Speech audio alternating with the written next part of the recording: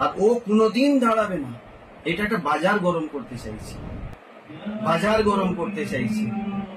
আজকের ওনার এই যে কাশেম সিদ্দিকী মহাশয় যে কথাটা বলেছেন, এই কাশেম সিদ্দিকী মহাশয় কিছুদিন পূর্বে আইএসএফ এর টিকিটে দাঁড়ানোর জন্য তিনি প্রকাশ করেছিলেন এই ঘটপুকুরে। আজকের আব্বাস সিদ্দিকী কোথায় ভোটে দাঁড়াবে কি না দাঁড়াবে সেটা আব্বাস সিদ্দিকী নিজের ব্যক্তিগত ব্যাপার, ভাইজানের নিজের ব্যক্তিগত ব্যাপার।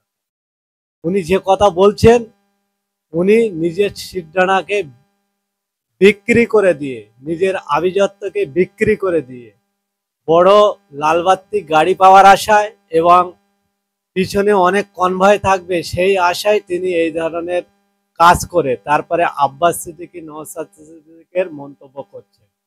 একটা সময় তিনি তৃণমূল কংগ্রেসের বিরুদ্ধে গর্জে উঠতেন এবং শওকত মোল্লারা দাবি করতেন যে মমতা বন্দ্যোপাধ্যায় এবং তৃণমূলের কে নিয়ে সব থেকে বেশি কুৎসা যিনি করেন তার নাম হচ্ছে কাশেম সিদ্দিকী। আজকের তিনি তানার স্ট্যান্ড ঠিক ধরে রাখতে পারছেন না, দল তানাকে যথারীত মর্যাদা দিচ্ছেন না, তাই এই ফুটেজ খাওয়া রাজনীতি করছেন। আর আমি একটা কথা বলি, উনি যে কথা বললেন যে আব্বাস সিদ্দিকী যেখানেই দাঁড়াবে হেরে যাবে, আমি ওনাকে বলি আব্বাস সিদ্দিকী তো দূরের কথা, আপনারই ছোট ভাই নওশাদ সিদ্দিকী, আব্বাস সিদ্দিকীরও ছোট ভাই, ছোট ভাইকে আপনি ভাঙড়ে তানার বিরুদ্ধে কন্টেস্ট করে জিতুন, তারপরে আমরা বুঝবো যে কে হারবে আর কে জিতবে, সেটা স্পষ্ট হয়ে যাবে।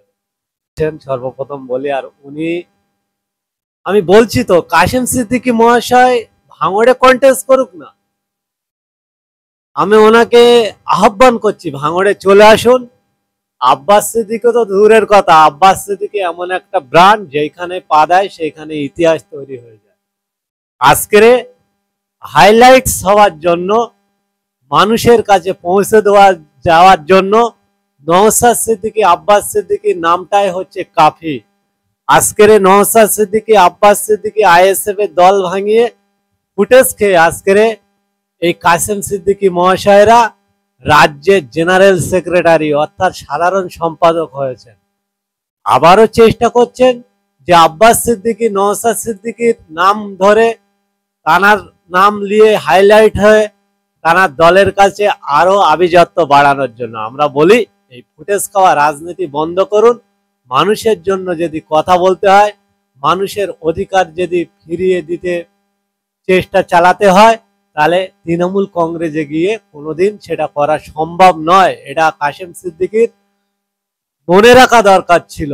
আজকের তৃণমূল কংগ্রেস যেভাবে মানুষের উপর অত্যাচার করেছেন, চাকরি চুরি থেকে কয়লা চুরি থেকে গরু চুরি থেকে একাধিক চুরি এবং দুর্নীতির সঙ্গে যখন যুক্ত হয়েছেন, তাদের বিরুদ্ধে আর সরব হবার জায়গা এই কাশেম সিদ্দিকী মহাশয়দের আর নেই নেই নেই। তাই আজকের তিনি আব্বাস সিদ্দিকী এবং নওশাদ সিদ্দিকীর নাম ধরে ফুটেজ খাওয়ার জন্য চেষ্টা করছেন। আমরা বলি যে বাংলার মানুষ আপনাদের এই নীতি আদর্শ দেখে নিয়েছে যে কার নীতি কার আদর্শ কতটা ভালো।